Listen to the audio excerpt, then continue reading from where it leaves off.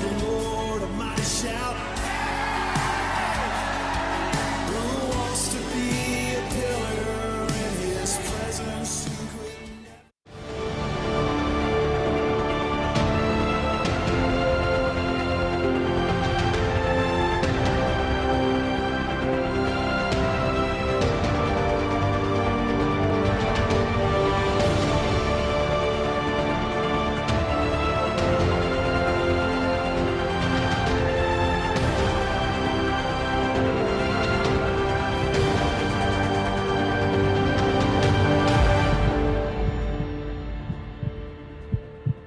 Hello, Open Door Church family. Call you guys blessed. Pastor Troy here, down here by Lukenbach, Texas, in the Kerrville area. Coming down here to see how we can continue to rescue the rescuers and kind of just to get an update on what's going on. And guys, it's exceedingly abundantly above all that we could ask or even think. In both directions, you know, the need is so great. My goodness, it's so tragic. And the response is so great. My goodness, it's so wonderful. And in the midst of all that, in that terrible tension, is where we stand. And I would just want you to know, I just love you. And I praise God for everybody that supports our church and stands with us. And like, no, this is what we do. We are the hands and feet of King Jesus. You know, I love Texas, and I'm so glad that you do too. And I'm so happy whenever you stand with me and we rescue kids all over the world, or we rescue people in Africa. And you know, we recently just rescued a whole group of people, all this kind of stuff. And but look at how godly Texans have responded for Texas. Guys, look, we will continue to do this. This is not going to go away quick, but we are answering this great evil with the goodness of the Lord. So, from Lukenbach, Texas, I call you blessed in Jesus' name. I love y'all. Bye-bye. Well, there I am, guys, down in Lukenbach, Texas. That was actually yesterday morning. Like, wow, like that's crazy. And so now it was the day before yesterday morning. I don't know. What day is this? Where am I? Who am I? Who am I? I need to sober up. I'm a man of God. You know, it's not even 5 o'clock yet. Oh my goodness. And I'm already having issues. It's so, been guys, a long day for you already, though. So we have been filming all morning long, and man, we've been filming a brand new TV show that is Rescue Stories. And so I've got the ODX, or I've got the Open Door Experience show where we're seen all over the planet Earth. And it's about pulpit teaching. And you know what I decided? I decided that there's plenty of pulpit teachers. I just decided that. And just go, you know what we don't need is, maybe we don't need more preaching of the gospel as much as we need more demonstrating of the gospel. And we actually are demonstrators. And I'm an okay preacher, but I'm a really good demonstrator, because I can point at a lot of, hey, the kingdom of heaven looks just like this. So we're changing our whole television format in the fall. We're making some radical changes, including a brand new TV show that's called The Counter. And that's going to be crazy cool. And if you guys are about to start seeing lots of clips, and we're about to start pushing that in a really big way, because that's just a couple of months out for our big red carpet event. Get ready, ODX. Get ready, Stage 3 partners, because I'm going to invite you to something, and I'm going to invite you to watch something special. The first 2 episodes with the actual speakers live here at Open Door Church. It's going to be crazy cool. We're talking about portals. We're talking about scary stuff. We're talking about the physicality of demonic things and how it's all made manifest, and how you and I can fight those things that most people have traditionally been scared to talk about. Well, you know what? Not very many people say I'm very smart, but they do say he ain't scared. And honey, that is the truth. I promise you. I hate anything that has to do with the spirit of fear. I cannot stand it. So guys, I want to welcome you here to episode 62 today. And you're going to want to hang with me, because in just a few minutes, I am going to have a first-time guest on here I've never had before, Craig Sawman Sawyer, former Navy SEAL, a guy that rescues kids all over the world, a guy I've recently become friends with, and I can't wait. We're both going to be sharing rescue stories and what Jesus is doing and rescuing kids all over the planet, and it's going to be crazy cool. So you're going to want to stay for that. Craig Sawman Sawyer is actually here with me today. And then also, since you just saw this thing of us down in the Kerrville area, you know, when I was down there on Monday, one of the guys that was at our house came to us, and he had GPS where he knows where there's 9 more bodies. There's 9 more bodies. He's like, we just came across 9 more bodies. Now they're trying to get the cadaver dogs in there to actually do this. And FEMA is prohibited in that, saying that there's nobody else left to rescue. That's our government and our tax dollars at work. There you go. Praise the name of Jesus. Hallelujah to the Lamb. Anyway, in spite of the government's intervention, good people are down there doing the kingdom stuff, cleaning up messes and helping people. Well, if I could just talk to you guys, which, by the way, hello, Shay. How are you? I'm good. How are you? I'm doing really good. I'm in a really good mood, and it's going to sound like I'm not here when I start talking about this. But you guys know that we did a huge work in North Carolina whenever the hurricane, which was a level 1, passed up 4 states and then became a level 4, which has never happened in the history of humanity. Nothing nefarious going on there, No. I guarantee you that. And dumped 26 inches of rain upon the people of Eastern Tennessee and Western North Carolina. We went in there, as did so many other Christians that were mobilized. And there's so many ministries like ours that's all they do. They wait for a disaster to happen, and they try and get there before the government gets there so that they can make a real difference. We actually got ran out. And this was under the Biden administration, and they actually came in, they ran everybody out. They started actually stealing our stuff. That's crazy. They started pulling over our truck, like, yeah, you know what? We need to go through this. They started stealing our stuff, And then it's world renowned known that once they went in there and they had all of their DEI hires that went in there and went from door to door and said, hey, we're here to help you sign up. If they saw that there was a Trump sign, they ignored them. They're just nefarious, demon-possessed people. They're just really and truly, they all need a spanking is what they actually need. You're going to ask me. But then what they did was, okay, listen, we haven't allowed anybody to come to you to give you food, to give you clothes, to clean up your mess. We haven't allowed anybody to help rebuild. But fill out all this paperwork, and we'll give you a check for $600. And then I want to tell you what happened. They all got denied. Wow. So the same thing is going on in Texas right now. People are so mad over it. People are so upset over it. And it's the mess of the government. And I mean, people are literally being refused services by Christian organizations, and they're being shut down because we're not quote unquote professionals. And then the professionals are staying there. And then what they're doing, they're saying, fill out all this paperwork, jump through all of these demeaning hoops, and we will give you a check for, wait for it, $600 swinging dollars. And that's it. And then to add insult to injury, they deny them. They get denied after all of that. So there is a big work that we as Christians need to do, because it's not the government's job to do this. It is the role of the body of Christ to answer evil with the goodness of God. The government tends to answer evil with evil. That's what they tend to do. And the kingdom answers evil with the goodness of God. And it is the selfless service of many Christians that are down there right this second that are helping to rebuild lives, including Pastor Jerry Sellers is down there. And we took down $100,000 piece of heavy equipment. Actually, $140,000 is how much that tractor and all the implements cost. And we paid for that. When I say we, I'm talking about me and you together, all of us as partners. And we loaded that bad boy up and we took it down there. And the company, the John Deere company we bought it for, it's supposed to be $140,000. They gave us a $50,000 discount, which is hats off to John Deere.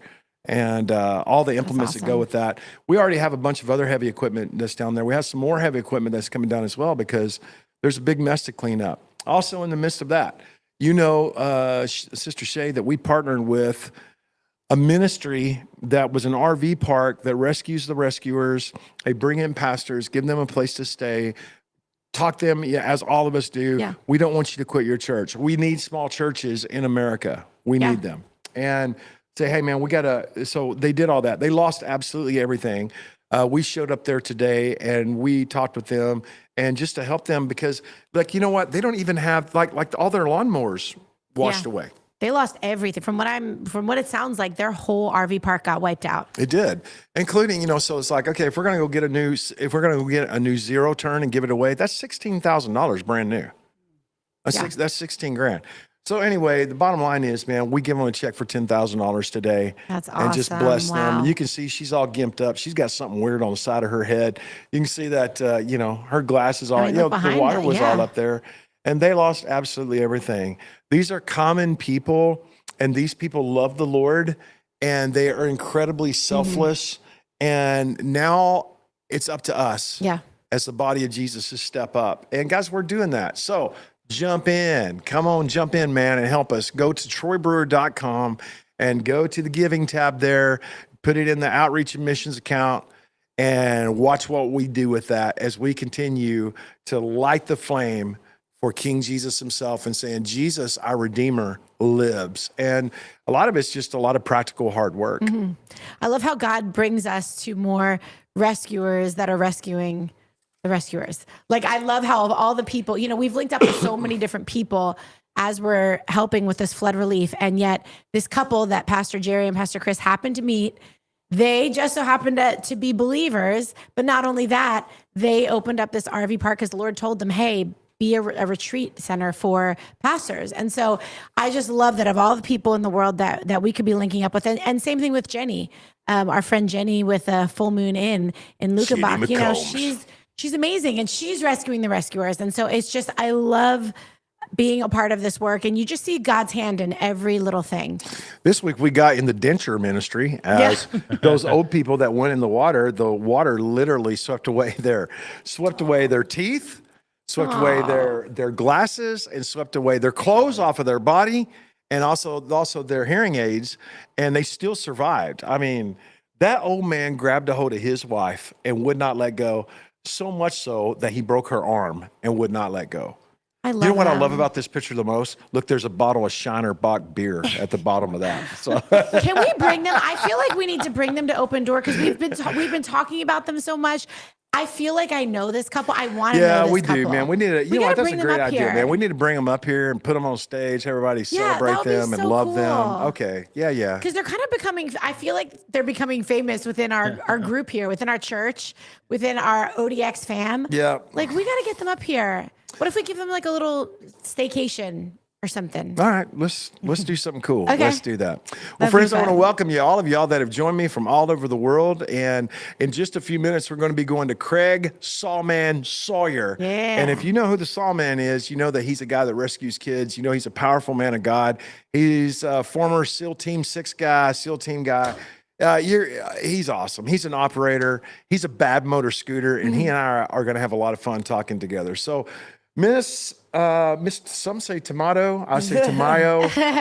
So I know we that were there's over people that from all last over the world, man. Hey, Fester. I like your shirt. Well, thanks, man. All right, here's why she says because they went and bought me clothes today.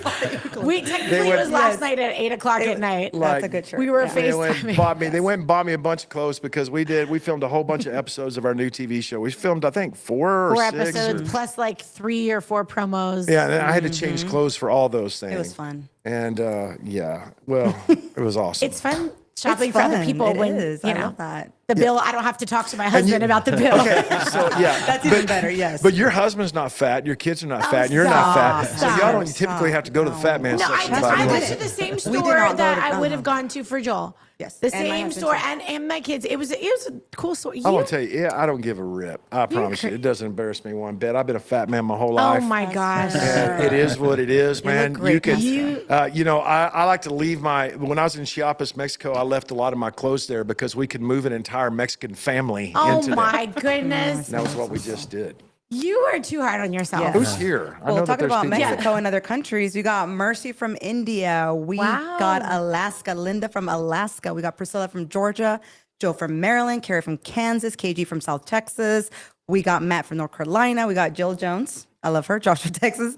Sarah Spencer. We got Don from Tennessee. And we got a lot of people tuning in. So please comment, please share. What we love to say here in-house is this is how you are being a media missionary. This is how we could be the hands and feet of Jesus by sharing, comment, and liking. And also we want to remind everybody that we have a 24/7 prayer line. So anytime during the show that you need prayer or you have a question or you just want to talk to someone and you need prayer, please call us at 877-413-0888. I love that we have real people on the other line waiting, and testimonies are coming at midnight, at 1 a.m. And I just love that we have this here in-house, and this is how we're able to be the hands and feet of Jesus. So please, throughout the show, please drop where you're watching from, and we'll maybe do a shout out throughout the show. Okay, right on. I Yeah. love that.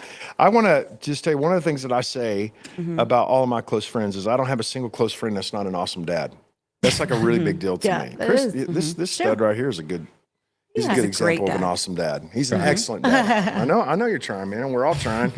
And now, I just want to be an awesome granddad as well, but I'm still a dad to my kids. My daughter just came in here. She just needs some daddy time today. Yeah. She's what? She's like, you're the same We're the same age. age. Yeah, she's like Yeah. 46. You got her like 46? No? Wow. I didn't know. I guess Wow. Look out, did you So see you that? were doing really Did you see the good. look? Did you see It the was dagger look cricket. It's okay. she just gave me? It was cricket. I'm like, She's come like, on, if I man. look like I'm this at mature. 46, Aren't you I'll be like great. 32 years old or something? 34. 35. Yeah, man, my socks are older than you. 35. Like, come on, man. Thank you for So Yeah, I we're was, really good friends, too, So so it's okay. okay, so anyway, she's the same age as my little girl, and she just wants some daddy time today. Well, I want to tell you, I came across a video this morning that I had to share with y'all that I saw, and I was like, I totally get this. And I want to show you this because this is a dad trying to be a dad that probably, he's trying. The brother is trying. And the little boy is so sweet. And well, let's just go to it right now and I'll walk you through it. So here he comes up here. Here he comes. He's getting ready to ring the doorbell. Oh, Can I help you? No. no. What are you doing here? I'm really sorry. I was going to ding dong ditch you guys. I'm Oh, I was super going to dig sorry. dog ditch you. I'm Did you super know sorry. You're out here doing this. I will call him right now. Yeah, he does know. I doubt that. I've been caught! I've been caught.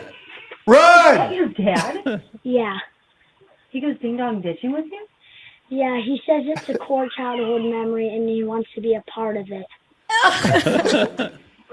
Look, there he goes. Run! Just run. This is how you do it. See, that's next level dad stuff right there. That's amazing. That's next level dad stuff. That is amazing. Like, run! Just run away. I don't was know the why I best. think it's so funny. Because that would have been you. I feel like that's think you you and as a Ben, dad, 100%. I was the king of that when I was a kid. And we didn't even have any neighbors. If I was going to go ding dong ditch somebody, I had to go like a half mile or a mile away, and you could get shot for being on their property. So it was a whole different that's ball game for me. That's why we You got to don't- grow up how I grew up in Philly, row homes. So you got like 1,000 doors next to each other. So yeah. you just go down the line, No, we didn't ding have dong any of that. ditch. But Another thing too that everybody had, all my friends, all their daddies worked for Miller Brewery. And when I was a kid, everybody's dad worked for Miller Brewery. And if you worked for Miller Brewery, they gave you several cases of beer free every single week. oh my God. And so everybody had about 10 refrigerators in their dadgum, in their garage, and it was all full of beer. And so, man, when I was a little boy, man, when you went over to people's house, you stuck in their garage and you stole beer out of their refrigerators. And I'd be running across the field, running, in they'd the be yelling at me. field. Yep. That's amazing. Those are my childhood memories. I don't know Wow. about you guys. No, that's not Rebecca's yours. like, no. Everybody's that was looking at me mine. going, no, Cleaning we the really church. cannot And identify. clean the church restrooms. That's what I was doing. You were cleaning the church. I'm just and literally cleaning thinking the of everything I church would do. And we restrooms. lived We were right. doing cannonballs. We was literally right. Our house was right by the church. So Yeah. we woke up, we ate breakfast, and then we had to go to church. And we cleaned or we got ready for church. Like that was, I didn't get to even to do the ding dong. Listen, I think Yeah, I we think did I had that. a better childhood than you. I'm just telling you. Probably. Yeah. it was a church. Also, too, this is so redneck and hillbilly, but this is truth. One day, the farmer that lived next door to us, he came by on his tractor, and I was playing. I had a GI Joe, and I had a Evel Knievel. I loved my Evel Knievel, and I was setting up ramps and everything. Well, it was the summertime, and I was over by his fence, and my pants were too big or something, and I was a little bit exposed in the back. And instead of he stopped the tractor and turned it off, and he yelled at me and told me to pull my pants up, and he was tired of seeing my butt and all this kind of stuff. And I was like, what the heck, man? It appalled me. And I was like, oh, I'm sorry, sir. And I pulled him up. And I was telling my friends, and I was like, Dad gummit, that guy is mean. He is so mean. So he came over. Well, he had all these black Angus cows. And we got out there in the middle of the night, and we got white spray paint, and we wrote "Eat Me" on every single one of those cows. No. Okay.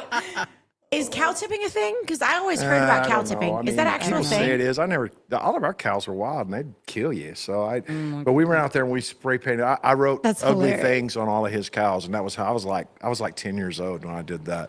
Troy Brewer, as guys, a kid. welcome, guys. We're a to wild this, bunch. this special edition of the Pulse. Yes. And I've got a video I'm going to show you, and then when we come back, I'm going to go to Craig Sawman Sawyer, my very special guest today, and first-time guest. I can't wait to talk to him. Watch this. Human trafficking, the fastest growing international crime network that the world has ever seen. It's not just a global problem, it's our problem, and it's closer than you think. In just 4 years of open borders, our nation became a trafficking superhighway, resulting in over 350,000 kids just vanishing. It's time to say, not on our watch, not on our land, and not to our children. Our team of rescuers has spent the last 30 years rescuing and raising over 11,000 kids here in the U.S. and all over the world.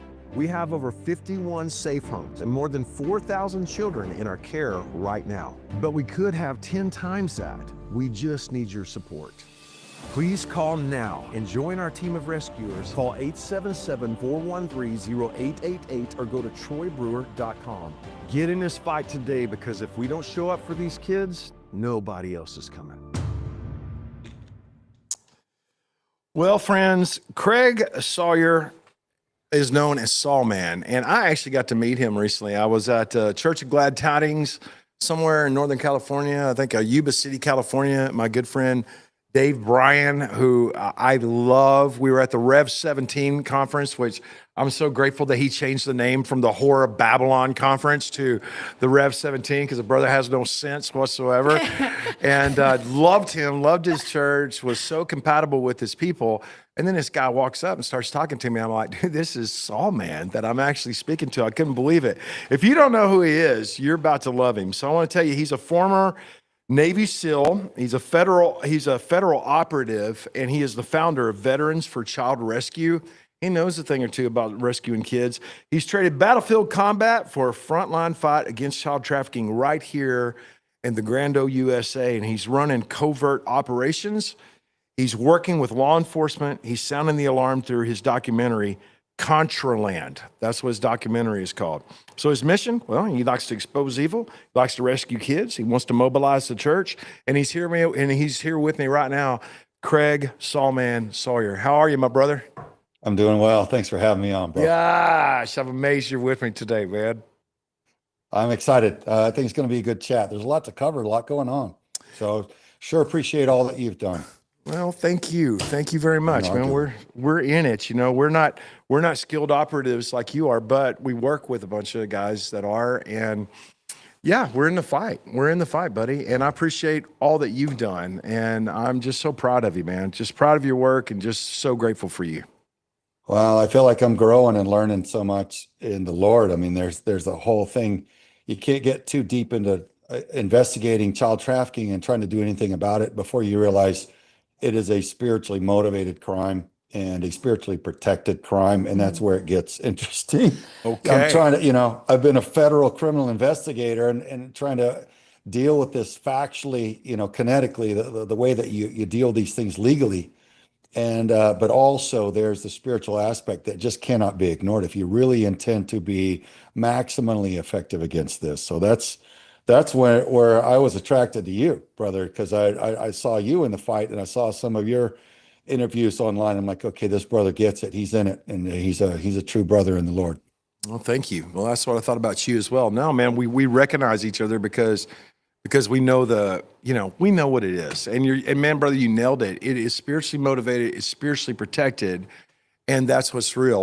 I was rescuing kids for a long time before I connected the dots of how real it is that this is a global thing. And I mean, I rescued these kids in Nepal and was with them for a long time, was with them for a couple of weeks. And then from there, I left and I went to Uganda. Then we rescued some kids there. And then from there, I went to Mexico and rescued some kids there. And they had all been through the same exact protocols. They'd all been standardized. Yeah, it is so standardized, man. And that was the first time I remember it just dawning on me and connecting the dots. And then we started to get into all the weird stuff and how that they had been ritualized and how the devil manifested in the midst of all that. And it was the same thing all over the planet Earth. So I've never heard anybody say what you just said. And I appreciate what you said, because it's real. Well, that's when I founded Vets for Child Rescue, I started out just to make a documentary to expose it. I thought, okay, if I expose the enemy's covert operation, because I saw that child trafficking, according to a friend of mine from the CIA, we were burning cigars in Spring, Texas. There was got several agents, friends of ours from different agencies, and the one friend of mine that I'd known for quite a few years told me that he said, Craig, Houston has grown to be the hottest epicenter of child trafficking in the country, and he began to describe to me what that looked like. And then one of the other agents said, you're going to go at this, because I said, okay, I'm in. That's my fight. That's worse evil than international terrorism, because they're targeting specifically the most precious, the most innocent, the most defenseless, because they're innocent, because they're precious, and that's spiritual. And he said, yeah, you're after years of this, chasing it with a badge and gun and traditional investigations, you're just going to find that you're not quite finding what you're looking for, because this is a high level Luciferian network, and they do a lot of blood sacrifices, and they are the recipients of a lot of protection. And you can penetrate, but only when you learn to penetrate spiritually can you get the actual arrest of the big guys and all that. So that's when I realized I needed to grow up spiritually and become more like my daddy, Pastor David F. Sawyer of House of Faith Church in Spring, Texas. And my daddy had just passed away. And I realized the father was kind of bopping me on the head saying, okay, you're a warrior of one type. Now it's time to awaken to another level of warfare, the bigger level, so that you can have the impact that I intend for you to have. And I was like, oh, okay, Father, let's go. What do I need to know? And he's basically like, everything. You need to know everything. You need to dig deep in my word and build your foundation. I'm like, okay, that's cool. That's basic stuff. I grew up in church. I heard thousands of my daddy's sermons, and he Jesus for me, and I'm okay under his banner of Jesus. And so let's go do high level, tier 1 level stuff against the wicked. And he's like, read my word, son. Read my word, build your foundation, because you need to be really strong in that. And that's your muscle memory. That's when you deliver the word, that it is written. How quickly can you say it is written and mean it, and speak the word against whatever you encounter? That's what I need you to have. That's your draw stroke. That's your quick fire. And so it's been that, brother. It's been that building of the foundation, the fundamentals for the fight ahead as we get deeper into these higher level investigations, disrupting hundreds of billions of dollars in criminal organizations, all of whom also traffic children. So it's been an intense awakening process, man. I guarantee it. I totally get it, man. I didn't mean to get off into all this. It just, the Lord brought it to me and I couldn't get away from it. I just couldn't, because we travel the world and because we build food banks and all the things that we do. And then everybody thought that I was a sexual tourist because I was a middle-aged white guy coming from America, stomping around in the worst places in the world. Sure. And people just started bringing me kids. Like, you want to buy these kids? And I'd say, sure, I'll buy them right now. Let's go. And then walk away with them. Yeah. Get them out to the car and say, man, you're going to remember this day for the rest of your life. And then just changed, little one. Yeah, that's exactly right. And having that conversation and seeing that the lights are on, but nobody's home, and they didn't get it. And they still thought that I was going to sexualize them or some terrible thing. And like, you'll see. And then getting them to the place and then actually seeing how quick they bounce back once that spirit is taken off of them. And once they're given an identity as a child again. Yeah. And I quickly learned the governments are never going to shut this down. This is a kingdom issue, and the body of Jesus has to be involved in it. I quickly learned. Don't get me wrong. Like you, we work with the authorities. We work with people. My thing is, I like to become friends with attorney generals throughout the world and back them up 110%, and then find the prosecuting attorneys, and then find the operatives, because they're incredibly underfunded, and then they don't have a place for the kids to land. So we build places for the kids to land. We get them going. We rescue those guys. They're doing the stuff, and then we actually raise the kids. And that's kind of what this thing has kind of morphed into over the years. And so I believe in that. I truly do. But this is, we've had, I don't want to go off on a bunch of weird stories, but we've had literal physical demons show up and speak to us. We've had next level demonic cartel guys show up, literally knock on the door of the hotel where we're at, and went, yeah, we're just doing a bunch of witchcraft. The devil told us that you're here, and we're here to tell you we know you're here and you need to get out. Like, I mean, they're getting our name, they're getting our address, they're getting all kinds of stuff. And I became aware very quickly. If they can do that on the demonic side, then we as the body of Jesus, we can get together and we can work with next level operatives like you, and we can get intel and we can get spiritual protection, and we can take on hell with a water pistol. Yeah, And the creator, our mission commander is the creator of all of our enemies. come on. He's the creator of us, and all of them, they don't have any power that he doesn't allow them temporarily. So, brother, it's that. And I started off just to compromise the enemy's covert operation. It's child trafficking is a covert operation run domestically at industrial scale, and it enjoys a lot of corrupt top cover. And so I founded Vets for Child Rescue only because I wanted to make the documentary, and none of the big Hollywood execs would support the funding or the making of the documentary film. They all tell me, yeah, that's God's work, Saul. Yeah, we'll do this. I'm like, okay, because I'd worked with them on other productions and everything, and they just were slow rolling me. 3 years into that, I realized they're never going to help me. They don't want to help. It's going to be on me. And so the crowdfunding big tech platforms literally did active blocking of us to crowdsource the funding of Contraland to make the documentary. So I finally had to found a nonprofit org, Vets for Child Rescue, to rally the funding to make the documentary. I was going to make the documentary and alert the populace. Here's the truth. I'm sorry, but let's all revolt against this evil, harm to the children, and God can heal our land. Let's drive this from our culture and make it safe for the children. Well, in the film and the doc, we started learning we could run sting operations and started arresting the predators and taking them off the game board and putting them in prison to rape no more. That was really, really good. We wanted to start rescuing a bunch of children, and we started seeing that a lot of people in that space were corrupt. Yes. And that the laws in CONUS domestically are you need a power of attorney by the parents and a warrant by law enforcement to go and move a child, or you're guilty of kidnapping or basically false imprisonment. So we're like, oh, it's like the deck is stacked against us rescuing children here.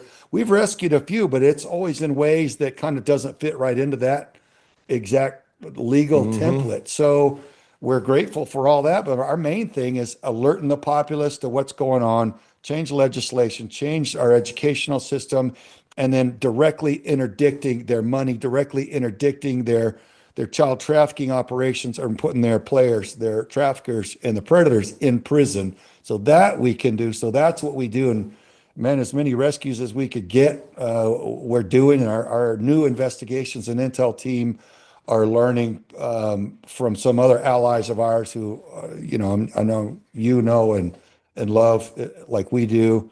And we're just growing in our capability and just trying to serve the Father and just try to make it not such a nightmare for the little ones. We're in crazy times, but it's a privilege to serve. It is. I call it a terrible privilege. Yeah. That's what I call it. People don't want to know. It's a terrible privilege is what it is. I actually had a dream that these two guys were talking to each other, and one guy was saying, hey man, we rescue kids, we take on the cartel, we take these kids in, we feed them, we take care of them, we raise them. And one guy asked the other guy in my dream, so what's that like? And he said, it's a terrible privilege. And I woke up and I wrote down that phrase.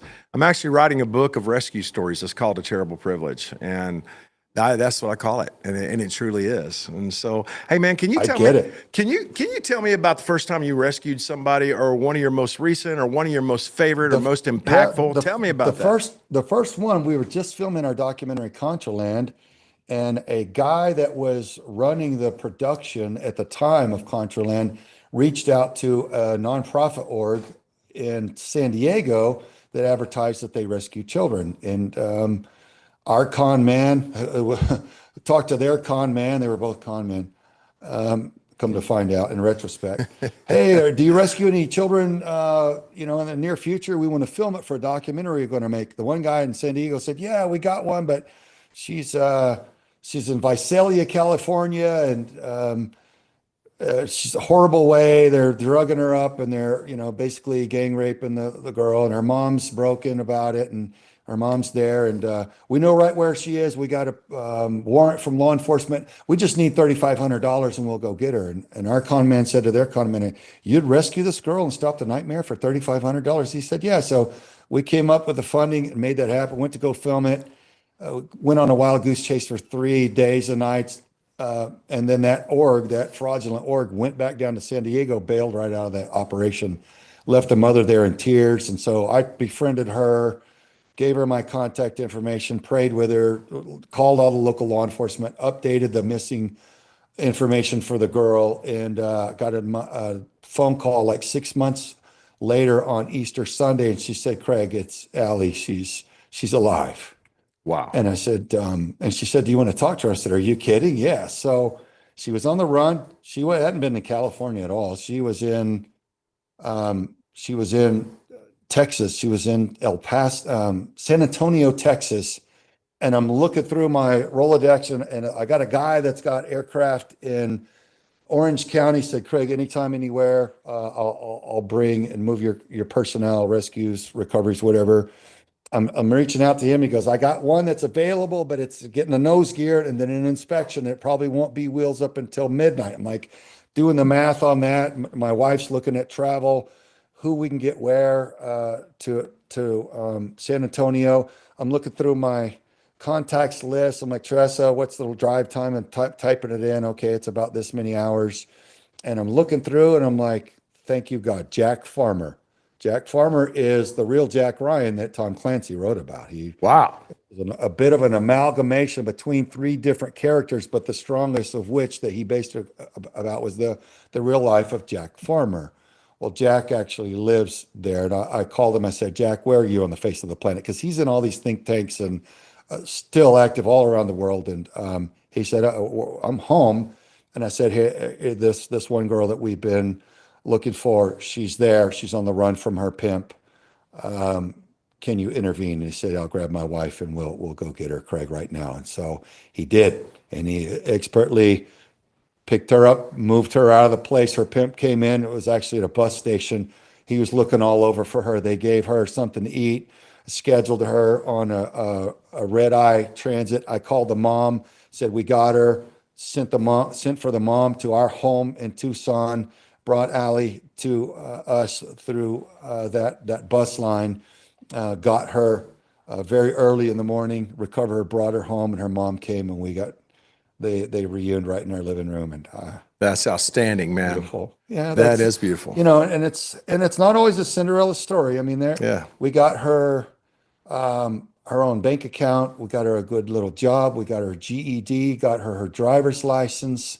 In such a beautiful place. She was in church. Everything was going good. And then another psychopath lady came and just basically said some things to her and scared her and spooked her, accused the girl of all kinds of things.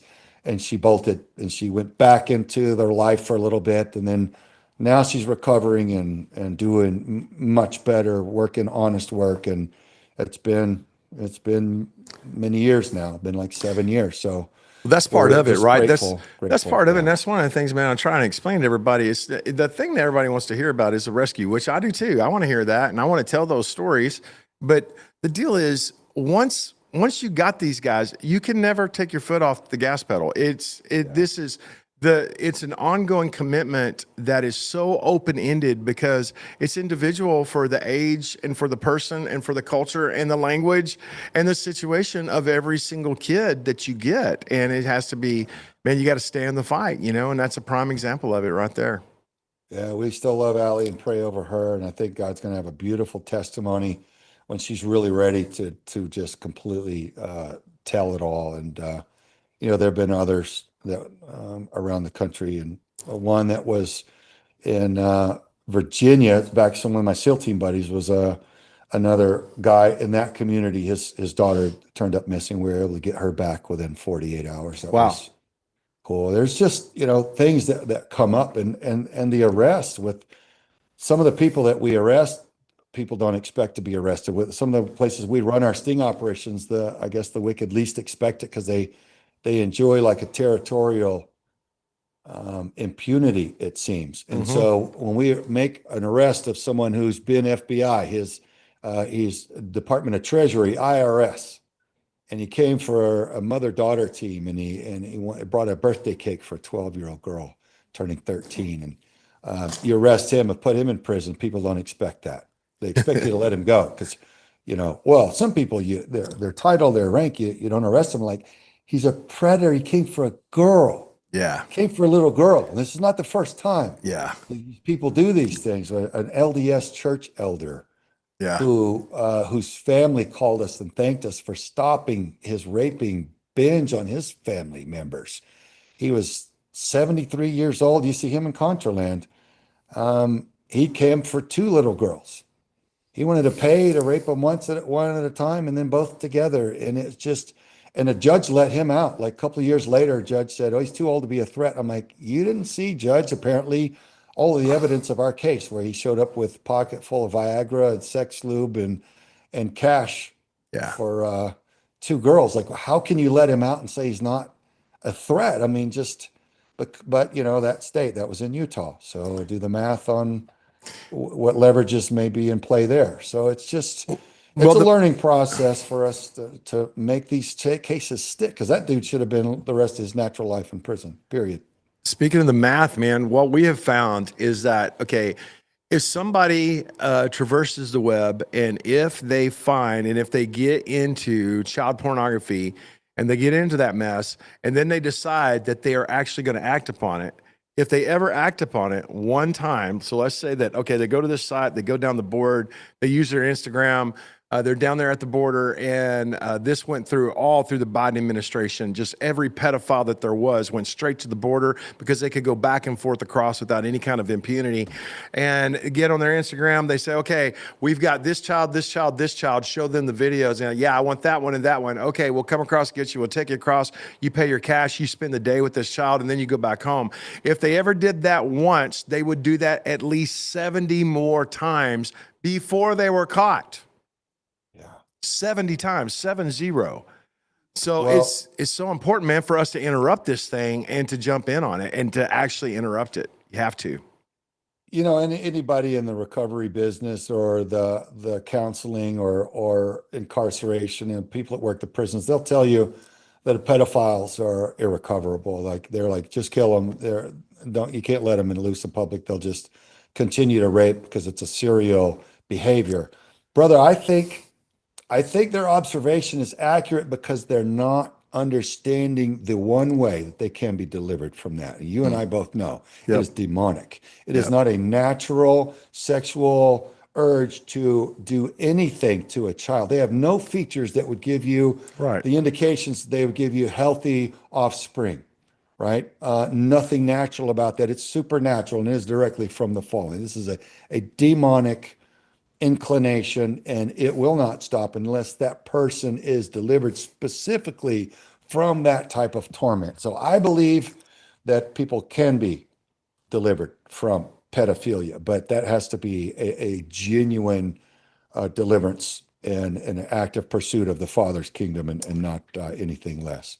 Friends, I'm talking to my good friend, Brother Craig Sawman Sawyer, and he is with me now on the Pulse, and we're about to go behind the veil. And whenever we go behind the veil, we're going to talk about some of this stuff that might otherwise get us thrown off of our social media stuff. So if you want to continue with this conversation, man, you just got to go to odx.tv, which is my own platform, and go there. And he and I got a lot of cool things to talk about. And I want to talk about some of the spiritual warfare that goes with this. I also want to talk to you about some of the rings that we have come across and just how embedded it was in the governments and those kinds of things. I want to talk to you about some of the ways that they trap kids. And then what do they do with these kids? When these kids, I mean, what's going on? I actually want to talk about that. I want to talk to you about that. So friends, this is Craig Sawman Sawyer. And if you want to find him, just go to his website. What is your website, buddy?